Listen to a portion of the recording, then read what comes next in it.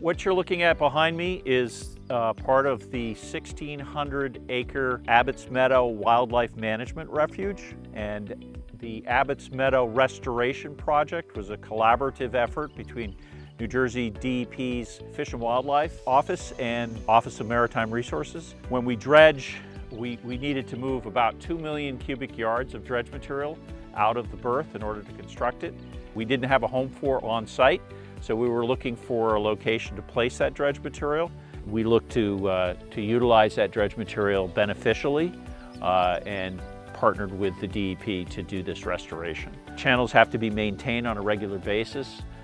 We've been working on the state channel network since 2012 when Superstorm Sandy hit, recovering from the damage caused by Superstorm Sandy, as well as developing a maintenance dredging program.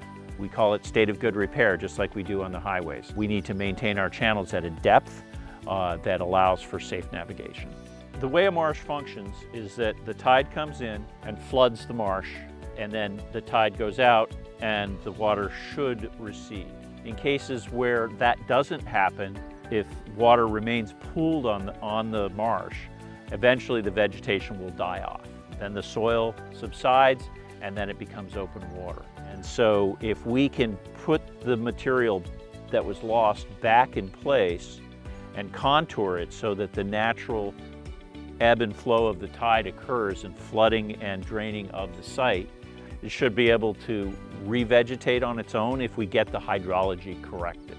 The goal is to restore the marsh grasses, which would then allow wildlife to return to the site. DEP is particularly interested in providing high marsh habitat for salt marsh sparrow, which is an endangered species, and black rail, which is another endangered species. Combined with all the other wildlife that will return at the same time, we're hoping to have marsh harriers come in, which is another species that DEP is interested in seeing come back to the area.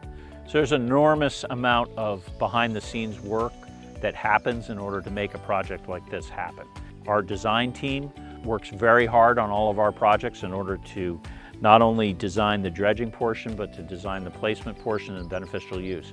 And this particular project was designed by our team of Gahagan and Bryant and WSP USA.